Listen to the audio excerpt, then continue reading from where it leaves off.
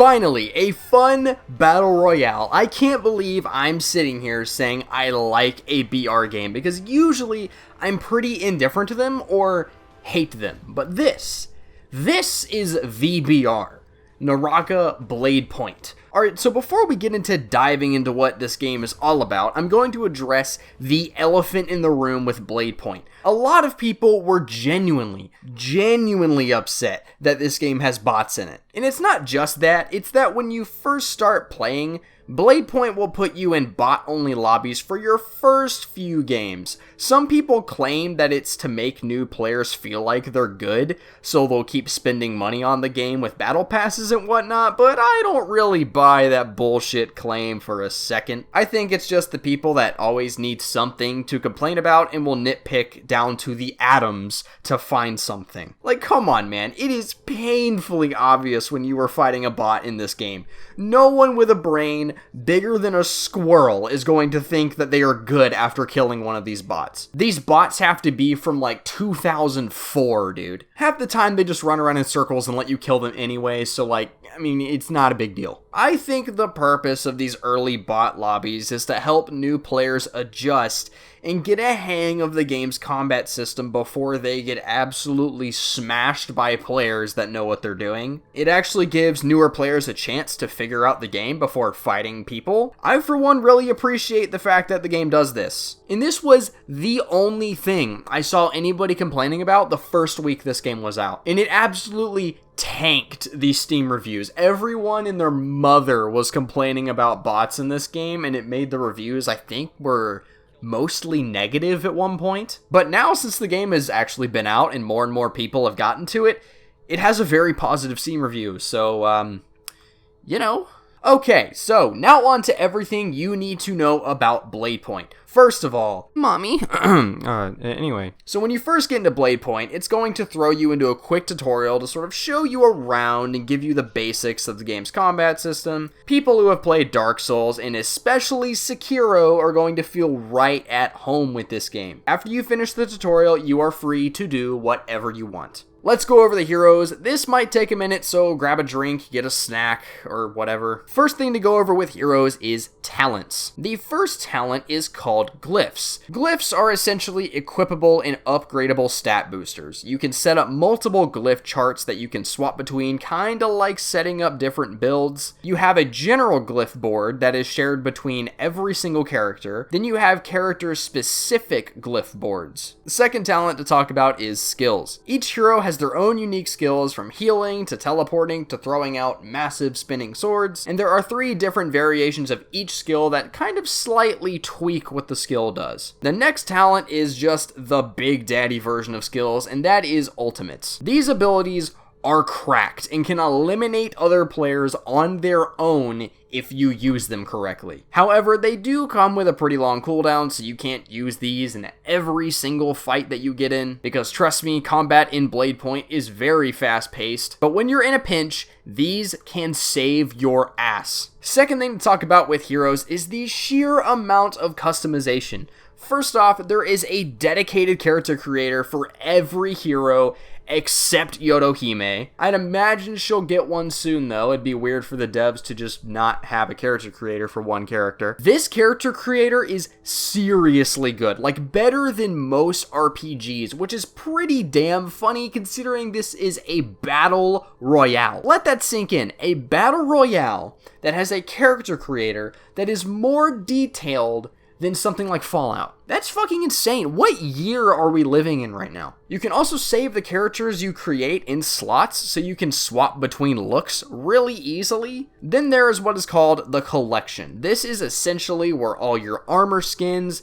hairstyles, accessories, gestures, and card customization is gonna be located. Seriously guys, you can truly make your character unique in this game, and I absolutely love that. It's not like every other Battle Royale where everyone kinda looks the same. I mean, there's a lot of funny shit you can do with this character creator too. I mean, I've already seen handsome Squidward, so, you know, that's sort of the direction we're going with this game. Each hero also has their own lore, which is pretty cool, and you can actually find a lot of extra lore in their skin descriptions. Last thing to talk about with heroes is called cultivation. These are essentially hero-specific quests, and as you complete them, you will get rewards and your cultivation symbol will change. How progressed someone's cultivation symbol is a pretty good way to gauge how long they've been playing that character. Now, let's talk weapons. They are divided into two simple categories: ranged and melee. Pretty simple stuff. I'll go ahead and put the weapons list on screen so I don't have to read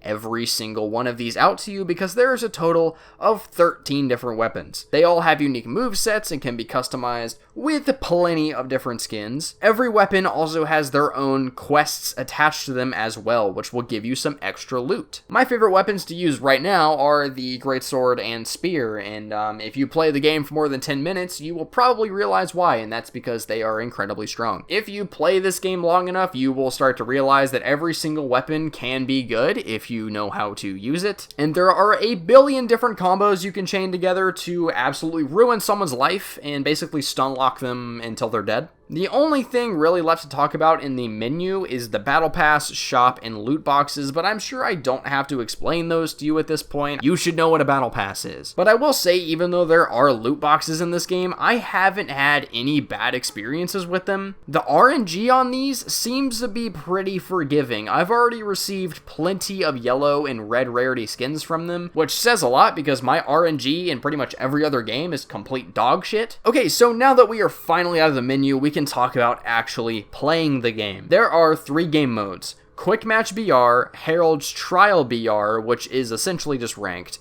and Bloodbath, which is just a kill everything free-for-all. For the BR game modes, you can choose between solos and trios, hoping for a duo sometime soon. I feel like that's going to be added. And Bloodbath is absolute chaos. You'll always be in combat with pretty much zero downtime, so only go in there if you're feeling like a crackhead. But most of you will probably be playing BR. When you first spawn in, you'll of course be trying to find the best loot you can while trying to survive and eliminate other players. There are basic blue loot piles and rare yellow loot piles. Combat is pretty fluid. It's a little bit like Sekiro, so if you've played that, you'll probably adjust pretty quick. Different weapons are obviously better at certain things, so be smart about your engagements. If you're running mostly ranged weapons, obviously don't run up to people like a dumbass. All in all, combat in itself is pretty good. At the time of me recording this video, I don't really have any issues with the combat. It's pretty fun. But then again, I'm recording this like a week after the game's been released, so maybe it's just because people haven't found what's really OP yet, so maybe, who knows,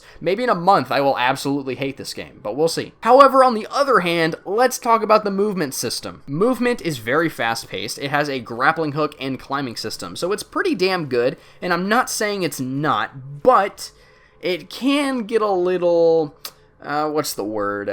confused? Wonky? I don't fucking know. It just gets weird sometimes. Kinda like how Assassin's Creed's movement will get weird sometimes. Sort of the same thing. Especially when you're getting up after being knocked down. The controls kinda freak out sometimes. I don't know if it's input stacking while you're down, or if the game just gets confused, but I found the best thing to do when getting up from being hit is just dodge away. It's pretty much your best bet. If you try to do anything else, you're probably just gonna get wrecked. If you're really ballsy, you can try and parry when you get up, but Speaking of parry, I also really recommend you remap your parry to your mouse 4 if you have one, or whatever side buttons you have on your mouse. It's a lot easier to just pop a parry off if you do that. Now here's the thing about Bladepoint. It is not a game that I can just tell you how to be good at. You're going to have to actually play it and learn from losing. However, there are some ways I can help you with some pointers. Weapons like the longsword and spear are extremely easy to use. The longsword's focus attack is ranged, so you can pressure your opponents while keeping a safe distance from them. This is also a very good attack to use on Wake Up. The spear also has a lot of range and tons of combo potential. It is super easy to lock someone down with a spear. When it comes to heroes, probably stick to Karumi or Yotohime. Karumi is a healing hero, so it's easy to keep yourself alive, and Yoto's damaging abilities, especially her ultimate, are very strong. If you solo ult someone, and the circumstances allow it, you will most likely eliminate them as Yoto. Okay, so they updated the game while I was making this video, and they actually added a new hero, and she's really strong. So I highly recommend you play her as well if you're new. She's really easy to use. Her ability is a really good stun, and her ultimate is really strong too. Does a lot of damage, really good CC, great hero. But anyway, back to the regular video. And one last tip. This is a big one. If you haven't already, turn off the sticky key shift shortcut, because that shit will ruin your life in this game. So yeah, that's Bladepoint, man. I fucking love this game. Like, seriously, man, this game is awesome. And it just came out, so it's only going to get bigger from here, at least I hope. More heroes will be added, maybe even more weapons and maps.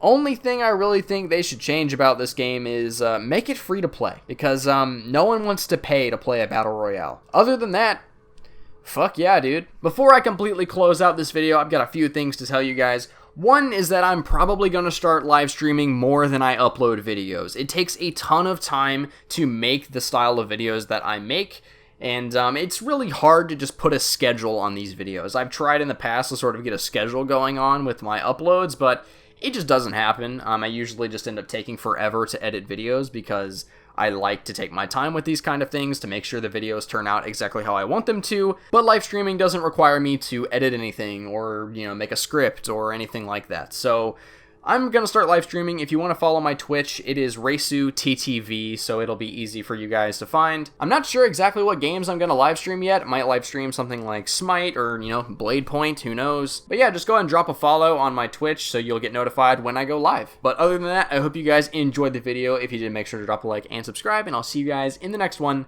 Later.